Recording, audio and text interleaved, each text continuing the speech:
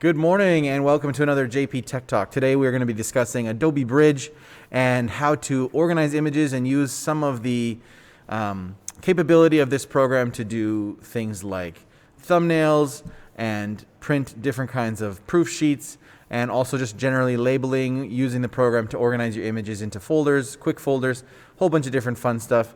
Hopefully it's useful and we will get right into it right away here. So I have already brought up on my screen Adobe Bridge. So if you've never used Adobe Bridge before, you would go to your Start menu here at Jasper Place. We have it loaded up as one of our quick programs that we can get to right away. You're looking for, as of 2020, the new icon is this dark black icon that is Adobe Bridge. If you are using an older version of Adobe Bridge, I believe it's an orange colored icon. So Adobe Bridge should load up for you. It will look something similar to this when you first initially open it up here. I can actually reset that and see. I think it goes back to where you were last, but let's double check here. So if I open up Adobe Bridge fresh, here we go. Yeah, so it remembers where you were last time you were in the program, and it allows you to basically just organize your images. This is essentially the same thing as if I was to go to my Windows File Explorer and I have an interface that looks something similar to this. So very similar concept. The only difference is that Adobe Bridge plays nice with raw files. It allows you to see your raw files right away. It also plays nice with Photoshop files, InDesign files, PDFs. You can see them all natively in the viewer as opposed to having to open them and figure out what's in that file and stuff. Because Adobe Bridge is the program that made them, or excuse me, I should say, because Adobe Bridge is related to the programs that make them, it allows you to get in a little bit cleaner and do different things. Normally, if I'm not mistaken, it's going to pop up usually in your desktop mode. If this is the first time you've gone in, it'll probably be on your desktop folder, or it might be on your This PC folder. So these are my favorites. These are ones that I've used on a regular basis. If I'm not mistaken, this doesn't work anymore. Yeah, perfect. If I went into just standard folders view, this again would just be this sort of arrowed view that steps down, and you have your various different drives on your computer. You have whatever's on your desktop. Very straightforward. What I like about Adobe Bridge is this favorites view. It allows me to put in certain folders in here that I know I use on a regular basis. Now, it doesn't always play extremely nice with our school system because sometimes things change on our school network, but generally it actually works, I'll say, quite well for the most part. So you all have a student drive. I have a couple different drives on my computer that you don't have on your drive. But so for example, I have this F drive that has a bunch of different sort of student assignments and things that I've put in it over the years. You guys should have an F drive that is very similar. To this style of F drive. Okay, in mine, I see everybody's drives. In your F drive, it'll say your name on it, and then it'll have an F as the label for that drive. Okay. I have I have obviously whatever hard drives are connected to my computer are attached to here. I also have a staff drive, this teacher's drive, that I can go into my yearbook folder, which is what we're going to be organizing today, is some yearbook photos, and they are for the 2020-2021 yearbook. So inside that 2020-2021 yearbook is a whole bunch of extra folders. So what I want to do is I want to take this first yearbook one just to speed up my life. And I can actually take this folder and drag it over here into my favorites. And now I have a quick link to this folder. No matter where I've run off to in Adobe Bridge, I can very quickly just select this folder and it'll pop back to my yearbook folder on that P drive. It can be in a totally random place, but because we've identified that as one of the favorite folders that we're going to go to, it pops up there. So it's really handy. For you guys, if you've never created a folder yet, you're going to want to go to your, like I say, to your F drive. I have a ComTech folder here that I'm also going to open up. So we're going to throw this ComTech folder in here because we use this one quite a bit. If you've never made one in Adobe Bridge, it works the same as all programs, or generally all programs. You're going to right click and you're just going to say new folder, and we're going to call this test, for example, so that I can see what it is. In your case, you'd call it Comtech 10. I just don't want to create a second folder that has the exact same name. So simply again, you right click, new folder, you're going to type in the name, so go Comtech 10, and then inside this Comtech 10 we're going to make a few more folders underneath that just to help us organize things. But that Comtech 10 folder can be dragged out here so that it can be easily accessible. Okay? And then you're probably inside your Comtech 10 folder. My guess or my advice, if you can take it as much as that, is I would say that you want to create a new folder and you want to have this one called photography. Photography. And you're going to create another new folder and you're going to call this one design, we'll call it. Okay. And what that does is it allows you just to make a distinction between raw photos and then your designs that you've created with those photos can be kept in a different folder. Okay. Traditionally, the way you would organize photos is always in this kind of structured manner. You would want to make sure that you have sort of layers of folders set up. So you have your base folder, or your what would be called your root directory. And then underneath that you have these nested folders. So you have your photography design. Inside photography you might have all your horizontal photos, all your vertical photos. Some people just do simply like a good and bad scenario. I kind of lean more towards the good and bad, because if you put too many folders in there, if you put a folder for vertical and then a folder for horizontal and then you put a folder for rule of thirds, you're only going to have like 2 or 3 items in each folder. So it really doesn't make sense to break it down to that level. So inside the photography folder, we're just going to simply call one of them good and one of them bad. Okay? And the reason we have a bad folder, or the reason why I recommend that people create a bad folder, is because I kind of consider myself a bit of a digital hoarder, in the sense that I don't like to delete things, because A, I may have deleted the wrong thing and then I can't get it back, or it's difficult to get it back, or it's much more clumsy to get it back.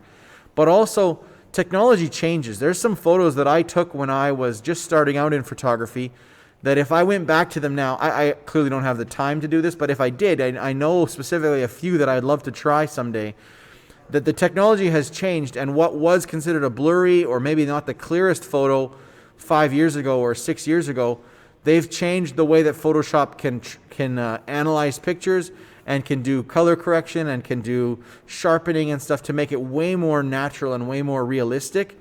And I probably would be able to recover some older photos from like our weddings and my wedding and different things, where at the time I was just frustrated and the photo was close but didn't turn out quite right.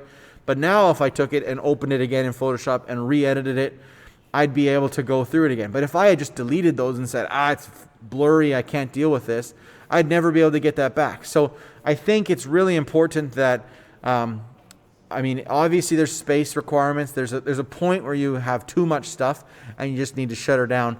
But I do think that, especially when we're talking with under 100 photos or whatever, really there's no harm in just putting things in a good or a bad folder and setting them to the side. Now, what helps for you in terms of this good and bad folder, you don't have to have the bad folder in your favorites, but you could toss your good folder in your favorites so that it's really easy to access that. So no matter where you're going or what you're doing, you have this good folder. Now I'm going to change good folder. I'm going to take this one out of here. And I'm going to put a good folder from in here, because I need a folder of things to sort for my yearbook stuff, because I know what we're going to be doing as the demo. So I'm going to just throw this in here so that I have that to work with. Okay, so moving right along, sort of as I mentioned earlier, there's all kinds of different views and stuff in Adobe Bridge. You can have a libraries view where it shows your online libraries and different things. The film strip view is pretty handy if you kind of know you want a bigger version of the photo. You're not as concerned with the metadata. You're not as concerned with the exposure levels and all that stuff. If you go into the film strip view, it just makes your thumbnails really small at the bottom here and a much bigger preview. Output mode, we'll get into this later, where we're doing outputting them into various different kinds of contact sheets. You can output them into like a 2-up greeting card. There's various different kind of fun ways to work right with Adobe Bridge in the output mode. Obviously, metadata is for like the nerdy dudes or girls who really want to get into like all of the like nuts and bolts of a photo, right? So it doesn't even show a preview. It just simply says, this is the folder, when was it created, what's its rating, right? Color profiles, all kinds of interesting stuff. And then keywords is more of like a search-based view. So essentials is usually where we hang out with. That's kind of the normal area where we tend to hang out, is in the essentials panel. But obviously, you do whatever's easier for you. I teach out of the essentials all the time just because it's easy to reset to the essentials when things get kind of buggered up and you're a little confused. So in this essentials view, you have at the top here, you have your location of your stuff. I know for a fact that on this PC, so if I click on this PC, it lists all of my drives, and I happen to have a removable drive, an SD card stuck in right now that we're going to do some editing on. If I put myself in the small corner, I don't really get in the way of too much stuff. If there's something behind there, let me know, and I'll move myself so you can see what I'm doing. But I think this is probably a better general view. Inside this folder is obviously the pictures from this camera that we had. So this camera, I've been taking pictures since like winter, just of different stuff around the school. Some things to do with, possibly to do with yearbook. Some things just as like test photos for people. So some of the photos really are not good. They suck. They're examples of how not to take a photo. Some of them are decent, like these ones. I don't know if I'd use it for a yearbook necessarily, but it's a half decent photo. And then this camera was used by some of my students to do some splash photography. So there's a whole number of different types of photos on here. So what I want to do is break this down into some usable steps, some usable items, and maybe try to find some good shots that they took that we could actually utilize for the yearbook. And then this is some stuff I took the other day of some PE classes, just kind of hanging out, right? And then a project trying to take a picture of a picture to see if it would work, right? So there's a lot of different stuff on this SD card. So the first step, though, is I don't want to mess up the originals on the SD card. What I always tell my students is make a copy. It doesn't hurt to make a copy. Space, I mean, for you guys is generally unlimited. We're never going to fill up, like we're not going to do enough stuff for you to fill up the space you're working with. Now, with that being said, if you look closely here, I have a CR2 version of every photo, and I also have a JPEG version of every photo. Okay? I know for a fact that none of these photos are like impressive enough that I'm going to need to like super edit them using the CR2 version of the photo. So what I'm going to do is utilize this search criteria here, that I can actually select this checkbox and it will now limit to show me only the JPEG photos as opposed to the CR2 photos. I can do the reverse as well. I could capture just the CR2 files as opposed to the JPEG files, right? But I don't want to spend an hour copying all of the CR2 files if I have no intention of using any of them. And there's probably some in here that I'm going to copy that we're just going to right away put in the bad folder, but that's okay. Okay? Just like any program, you can right click. You can do a whole bunch of things to one photo that's here. You can also go to edit at the top. I could say select all, right? And it's going to select all these photos. The shortcut for select all is Control A on the keyboard. So Control A is going to select all the available photos in this folder, right? If you only want a select number of photos, so I only want this photo, and this one, if I held Shift, I get all of the ones in between, Whereas if I select the first one and I hold the control key, I can select random photos in any order that I want, and those are the ones that would be selected. Okay, so those are the ways to select things. So Control A gives you the entire folder worth of stuff. Okay, holding the Shift key, it's kind of like I don't know what the will be like it's like the worm program kind of thing. It's always glued to the first picture, and wherever you click, it will select all the ones in between, right? But if I click back now, it unselects these ones and it just keeps those first batch. So the Shift key is a little more generic. It just grabs bunches of photos. And I know that some people will faithfully click on the first photo and then they'll like scroll all the way down to the bottom, and I do it myself sometimes too, and I hit Shift and then I click the last photo and I select all those photos, right? That's kind of the slow way to select all, but it does work. And then Control, holding the Control key, I have that more independent ability to select various different photos in whatever random order I so choose. Now be careful, in Adobe Bridge, if I drag these photos if I dragged these photos within the same folder, so if I let go of them here, Adobe Bridge will move them. So if they were in some sort of order that you had them in or whatever else, you would be messing up the projected order of those images if they were supposed to be in a specific order. That's something that you can't do very well in Windows Explorer. You can't actually move things around. So what's nice about being able to move photos around within the same folder and not have to have them be numerically sorted always is that if I took a bunch of pictures but I wanted to relabel these, if I wanted to relabel these first pictures but I didn't want this snow one first, I wanted it fourth, and then I wanted this one to be third here and here, and then this trophy one, I can now select all of these photos, and I can hit right, I can right click on one of them, it doesn't matter which one, but I would right click, and I can say batch rename.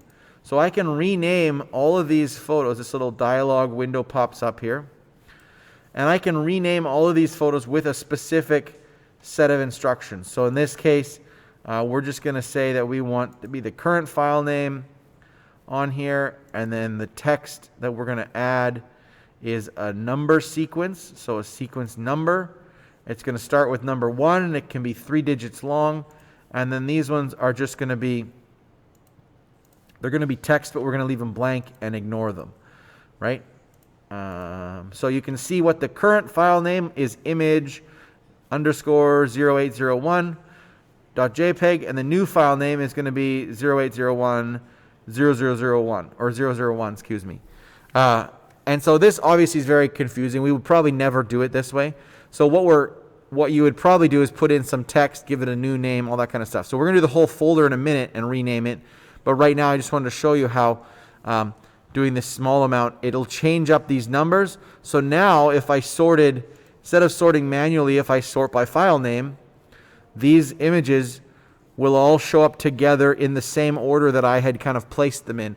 Because of the new name, it keeps them in that order, right? So what we want to do though first, before we start monkeying around with it too much, is we're going to take this entire folder here.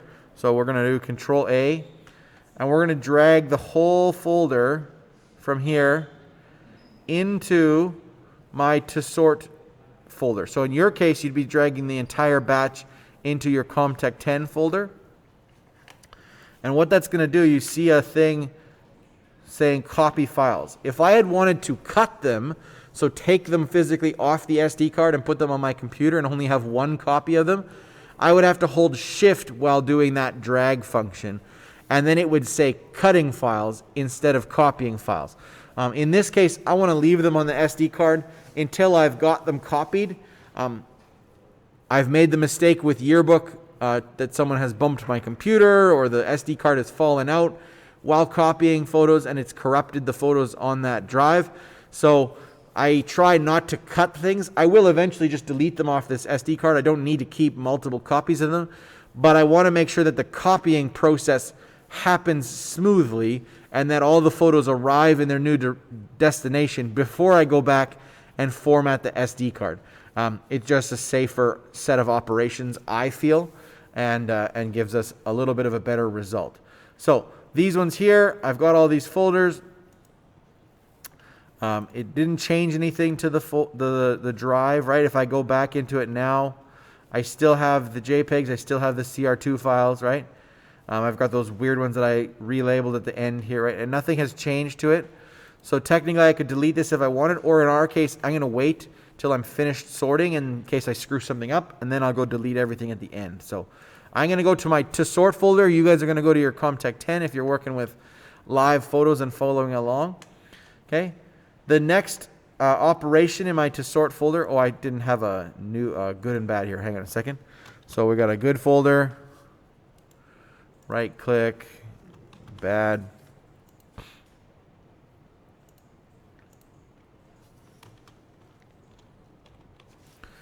Okay, so there's my good and bad folder. So now I need to figure out a way to quickly give these some semblance of specification. So I want to zip through these photos and give them a ranking. So what's really cool is that in Adobe, they've got this star system set up here. So I could click on each one and, hey, that's a 4-star photo. It's not really, but I could just leave it as that, right? And then I go to the next photo and I could be, that's a 3-star. Next photo, oh, that's just a 1-star, whatever it is. I could do it that way and kind of go through it slowly. But you can also give these rankings using the control key on your keyboard and hitting the numbers 1 to 5. So if I select this photo here, I can go control 5, right? If I want it as a 5-star, or I can go control 1 or control 0, I think.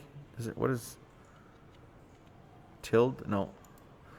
I don't know how to get rid of the last star. You'd probably hit the unstar. Oh, right. 0 is at the other side. Yeah. If it's a 0-star photo, control 0 gives you nothing, right? So when I talk about rankings, that does not necessarily mean that you have to rank them from the standpoint of like, I think this is the best photo, I think this is the worst photo, whatever it is.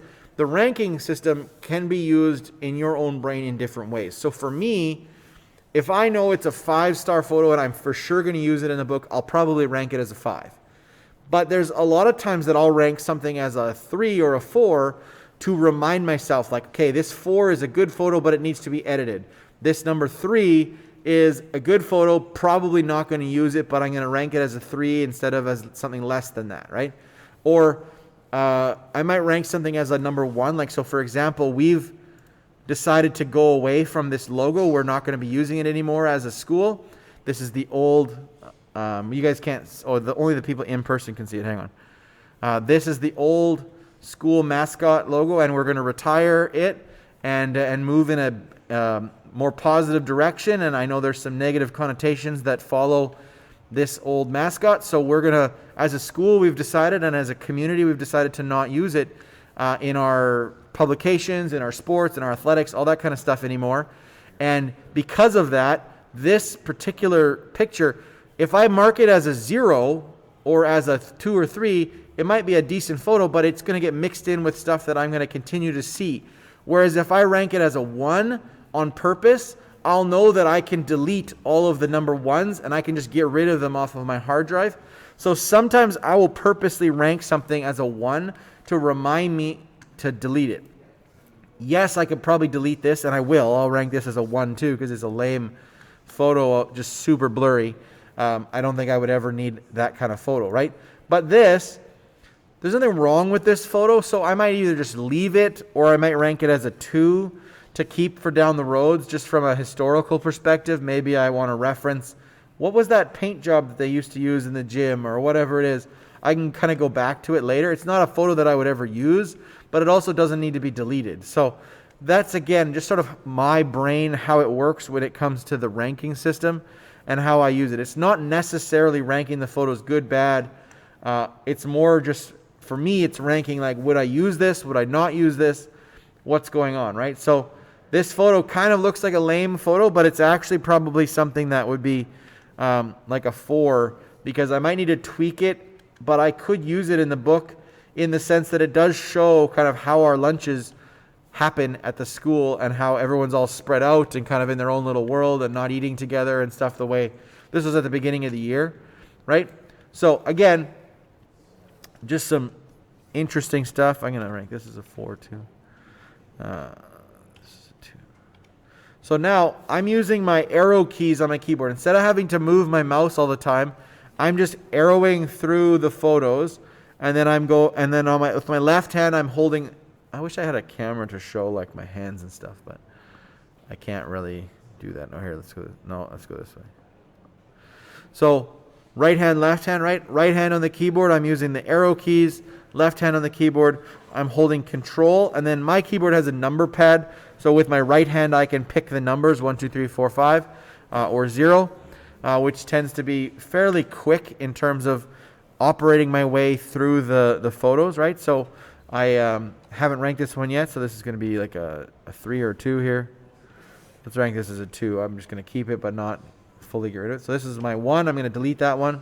I could delete it now if I wanted, if I knew for sure like this is not needed. So we're going to hit delete here, right? So a couple things with Adobe Bridge. It gives me the option, do I really want to permanently delete it, or do I want to save it someplace or whatever? And I'm just going to say, no, it's permanently going to get gonzoed. I don't need that. Okay. Here's a photo. Not sure why I took it, right? So it's just going to be probably a bad photo. It may not get deleted. We'll keep it for now. This is going to get deleted, right? And so now I'm going to just go through these photos and make a determination. Okay, 3 I could use for a class project somewhere. These are all nothing. They don't need to be anything, right? So this is kind of lame, but shows the setup for what they were using. So maybe this is a 3. I could use it in a class project down the road. Don't need it. They're trying to spray water, right? There they've actually got a bit of a splash, so that could be a 3 as well. Now they've gotten a little closer. They're doing a bunch of fun stuff, right? So you don't have to rank everything. You can just say that no ranking also is the ones that are going to get tossed in the bad folder or whatever, or sorted later. There's a kind of a splash, but it's not in focus. There they're using some lighting and stuff to try to like create some ambiance. There's a splash, but not really a very good one. Right, so I'm just using my arrow keys to select through the different photos. Pick out the stuff that looks like it's maybe half decent. Give it a ranking. These are nothing. Just a floating pop can, right? There's a good example of not how to do it. Getting closer. That's a pretty good splash. This photo, just for future reference, my 20s last 2 semesters ago, this would have been like winter semester, so they weren't able to leave the class. They were stuck in a tiny little room. So we did our best. But like, I would have given them a hard time for this photo because they only used one light. So you have this really nice crystal clear splash, but this weird shadow on the wall as well. Like they should have done something to light the background. They didn't get as good of marks for that, but regardless. So we go through here. There's a decent splash again, so we'll rank that as a 3. They were taking pictures of like water drops. Kind of cool. Then they got close up. This is a better photo. You don't see the shadow as much. There's a drip coming off. There's drips splashing the can. Right, so they were clearly having some fun. I'm going to save a half dozen of these just for reference sake, but most of them are just not going to be needed. So we'll get rid of them. There's my orange off my desk.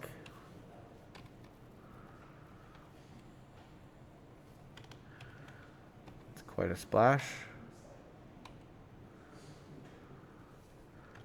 think that's an orange splashing into that like wine glass kind of thing, trying to throw it.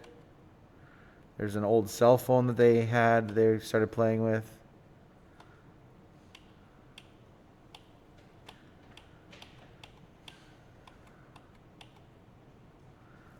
Right, so some decent photos, but we'll just get through this section. So again, I can go really fast with my arrow key and just sort of toggle through all the photos, looking for ones that might be interesting.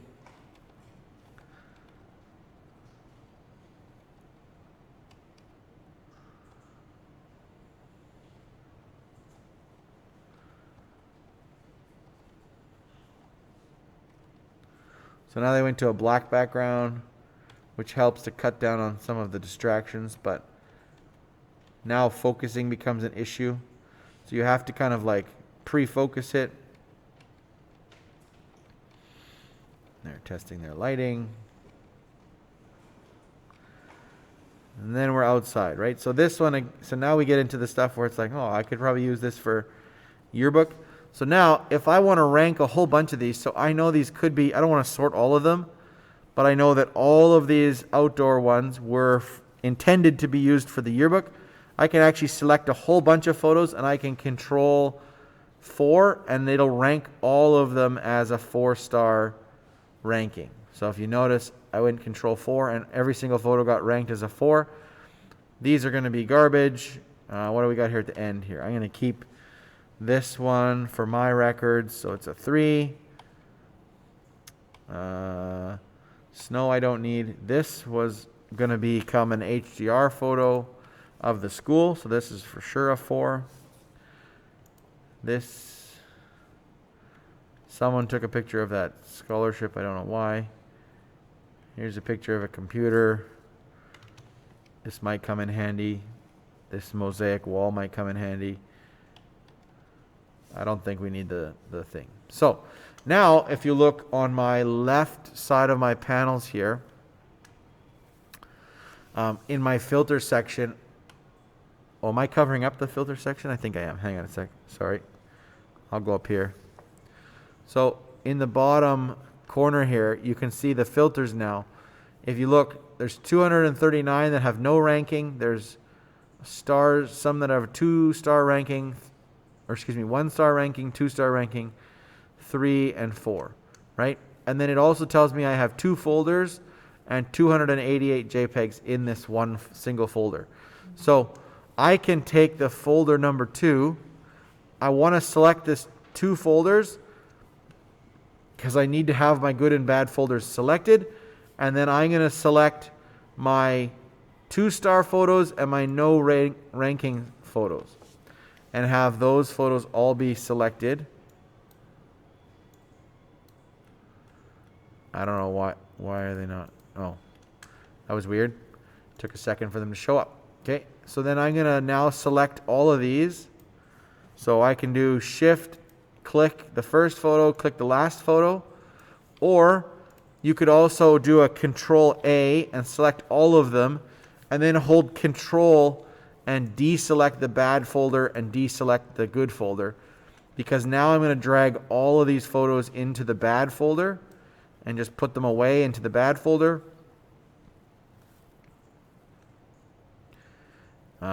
It's taking its sweet. Oh, here it is. Sorry. There's a progress bar on the other monitor you can't see. So it's just moving the files for me. So it moved all those files into the bad folder. So they will go away right away. I'm left with a 0 here now, so I'll take that arrow off.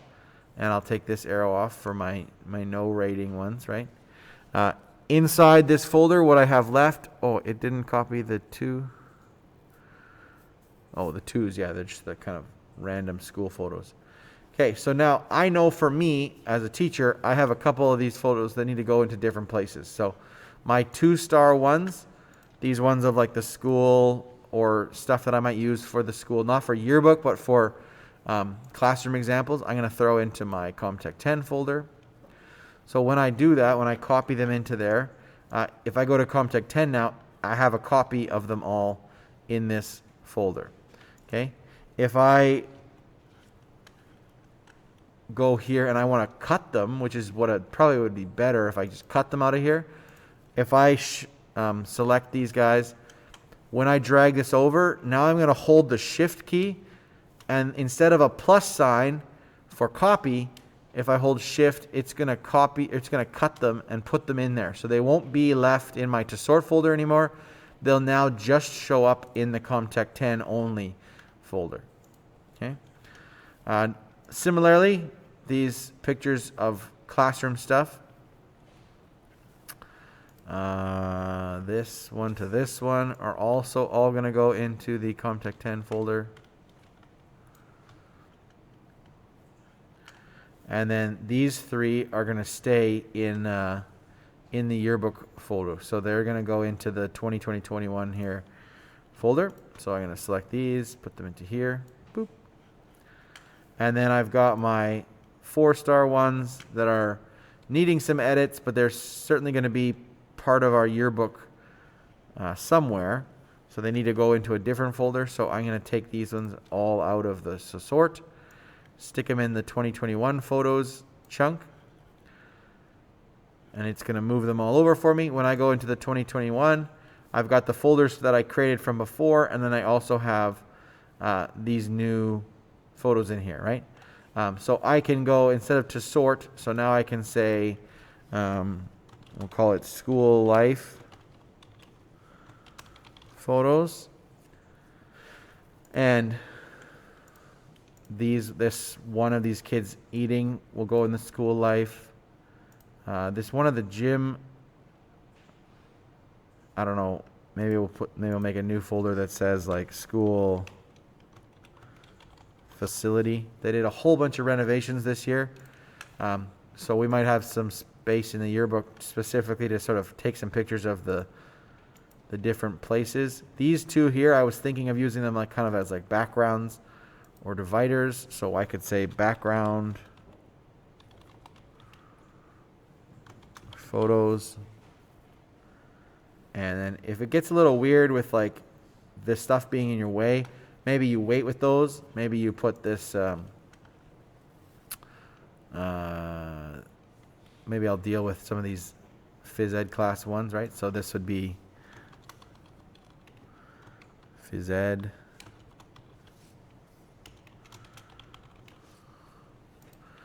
Right? So I can take these ones, move them into phys ed. So whenever you're moving within the same folder, it will automatically kind of cut them and put them in there. It's not going to copy them twice for you. This goes phys ed. And then this is school facility. These are background photos.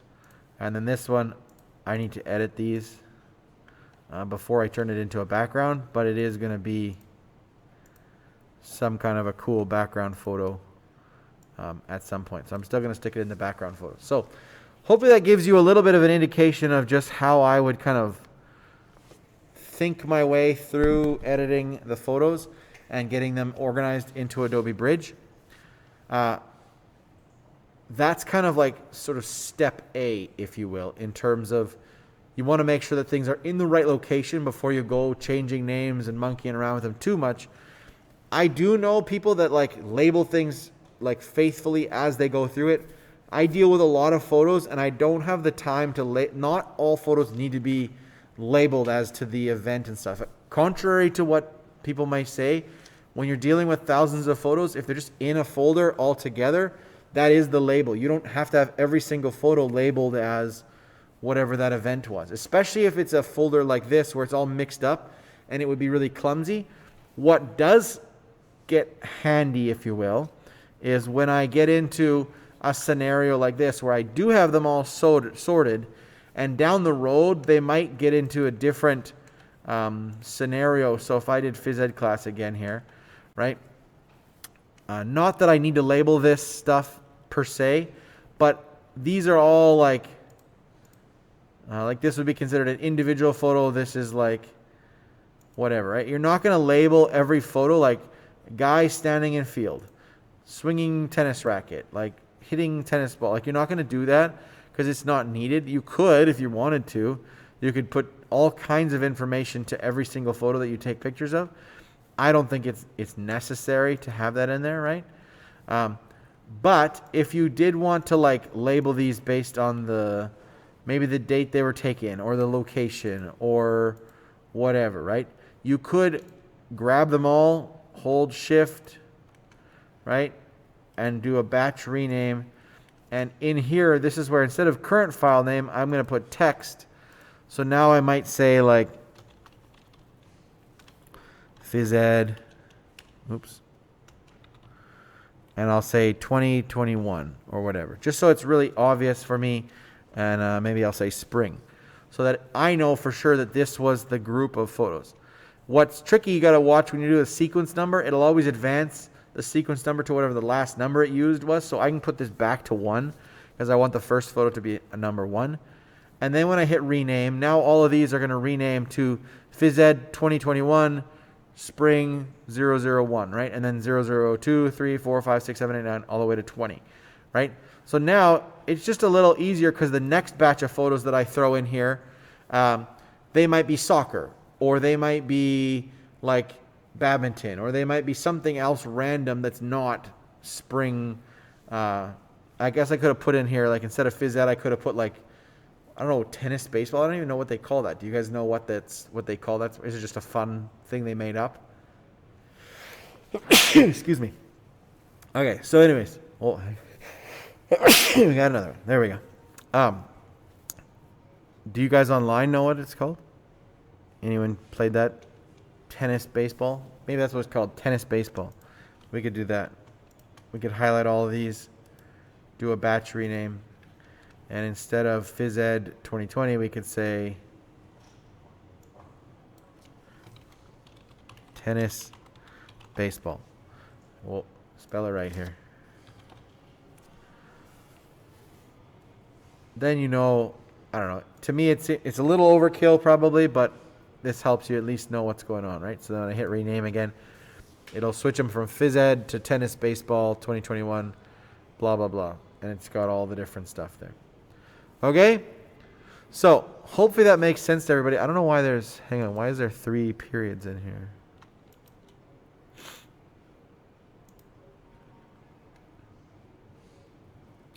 Oh, it just took out the spring part. Okay, yeah, that makes sense. It's just the size of these thumbnails. You can't see the whole name.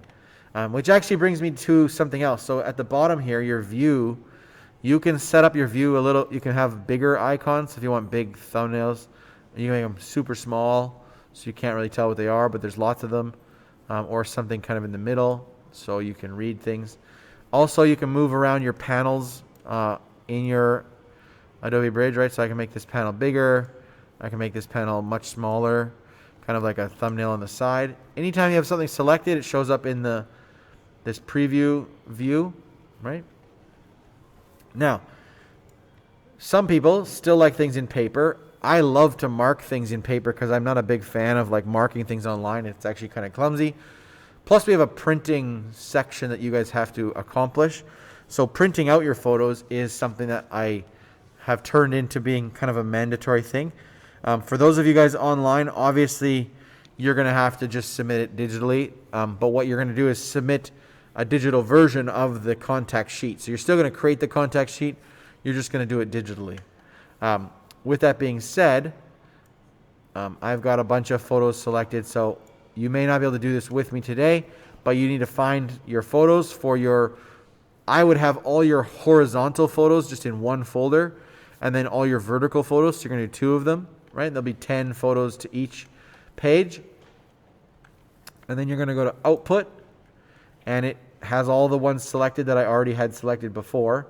And for the template, I am going to use does it fit 4x5? Let's try 5x8. Okay, 4x5 would work, but 5x8 works as well. Page size is a letterhead page size, right? We're using US paper, not European paper. 8.5 by 11 inches is a standard sheet of paper. White background works for me. 300 ppi, which is the resolution. We'll talk about that down the road, but it's just basically saying it's decent resolution. Image quality doesn't have to be like stellar, right? Like in the 8 to 10 range is probably more than enough. And then thumbnail, they're saying this goes like across first. So the first row would be 1, 2, 3, 4, 5 across the top, or you can down first it and go 1, 2, 3, 4, 5 down the side. So it's going to do across the top. I like that better. You want to say rotate thumbnail for best fit. You want to select that option. And then you want to have the include file name and include file extension. And then it asks what the font size is. So in this case, it's Arial, 12-point regular, and we're using black text considering the background is white. Okay. You can get into like even more specifics about like the grid sizes, grid layout. You can do a header and footer. So if you wanted to include a footer, a header, which we do, we want to say that this is Mr. Wright. Whoops. Right. Photos, right? And you're going to put your name on there. So now if you notice, it popped it at the top. It says Mr. Wright's Photos, and then it has all still the grid there underneath. And then you can have, obviously you can put this on the left side. You can center this. You can put it on the right side.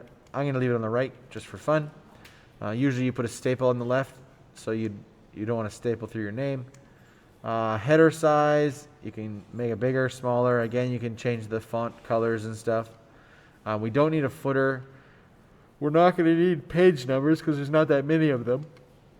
If I wanted a watermark, some people have like if you wanted to say like draft or whatever on the front of it, right? Oh, that says raft, but here, it would go across the front of your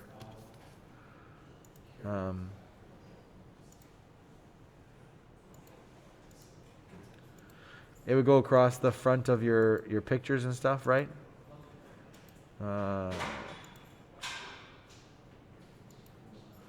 Where does it show up? I don't even know. Maybe it's going to show up on each picture. Anyways, I'm not going to do that. I don't need a watermark. And then your PDF properties here, right? So if there was security issues, you wanted it to be like a permission, someone needed a password. There's all kinds of crazy stuff you can do to make it set up a different way. And then last thing is export to PDF, but why is it showing me?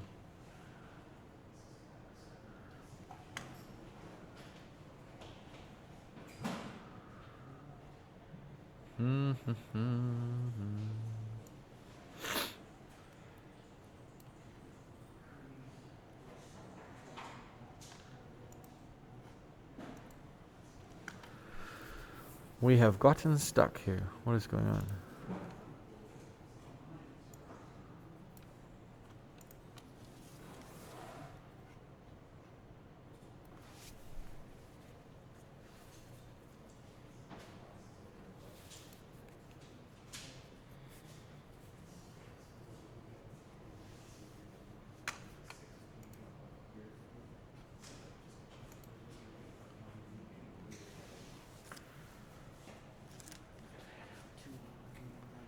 For sure.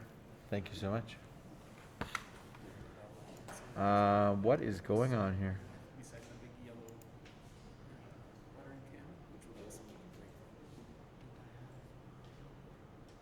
You could set up the playback. We don't want that. We just want...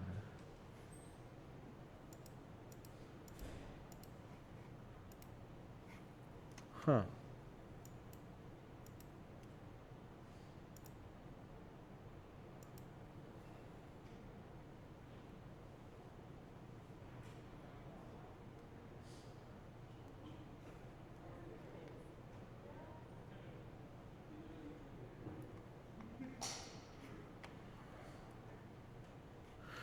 Oh, here, export.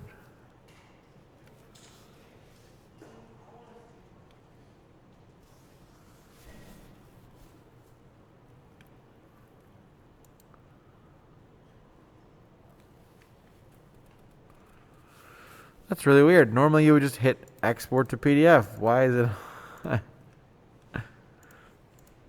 Why is it not working? Oh, okay. That's why. Sorry. One final step. Duh, Mr. Wright. You got to go like this. Take these photos that I want, and I'm going to add them to the thing.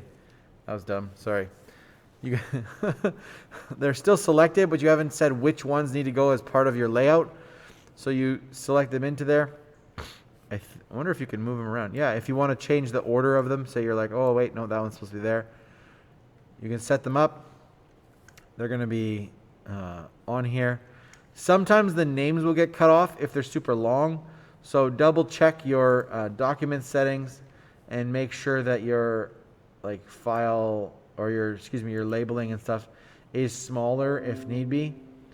You can make it pretty small font, like 4-point font, if you have really long file names and stuff, or even 6, right? Depending on how long your file names are. Like if you're really long like mine, you're going to need it to be smaller. There we go. Now you hit export to PDF. That was a difficult scenario. And then you got to make sure you know where it's going. So in your cases, you're going to find your F drive in your student folder here. You're going to go to your F drive or whatever. I'm going to do the same. Go to my F drive, Comtech 10. And then I'm going to call this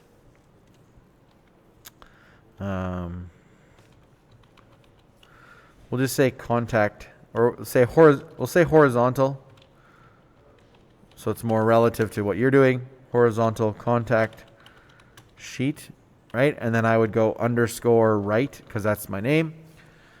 And then I would hit save. This is going to give us a little taskbar. It's going to create that PDF for it. It's going to generate it in the background. Sorry guys, we're going close to the end of class here. We got a couple extra minutes. So it should automatically open if you did it. It will automatically open Adobe Acrobat or Adobe Reader, whatever you happen to have running on your computer. So here's my cool contact sheet. I've got names, I've got pictures, so I can reference them. I can now print them off. If it was digital, guys, for all you guys online and for those of you in person here, because in order to submit this assignment when I post it, you're going to need to submit your horizontal photos as a contact sheet. So you would just attach this PDF to your Google Classroom. But as an added bonus, I would like you guys to print it off for those of you who are in person. So you would just hit the print tool here. And then this is what I was looking for. Now, maybe you guys who are in class can double check this for me today. It should say this // app-071/ and it'll say Jasper Place Student 152. And when I print to that, it will print to this printer that's in our classroom. And I can show you guys who are in person here tomorrow just exactly how to print that out. Or if you print it today, I can show you today. But generally, that is the final step. Get that all printed off and working and submitted, or you go to Google Classroom and you submit it there. I clearly got some sunshine. This camera is making me look very burned. Or at least one Google Classroom, or I should say Google Meet, is making me look really fried. My view on my other screen is not so bad, but it's like this shirt is rubbing off on my forehead here. Anyways, what else? I think that's it for what we're doing here. I'm going to sign this off. So that was good. Hopefully you don't have too many questions, but if you do, contact me and I will help you with Adobe Bridge. So we will stop recording for today. Have a great time.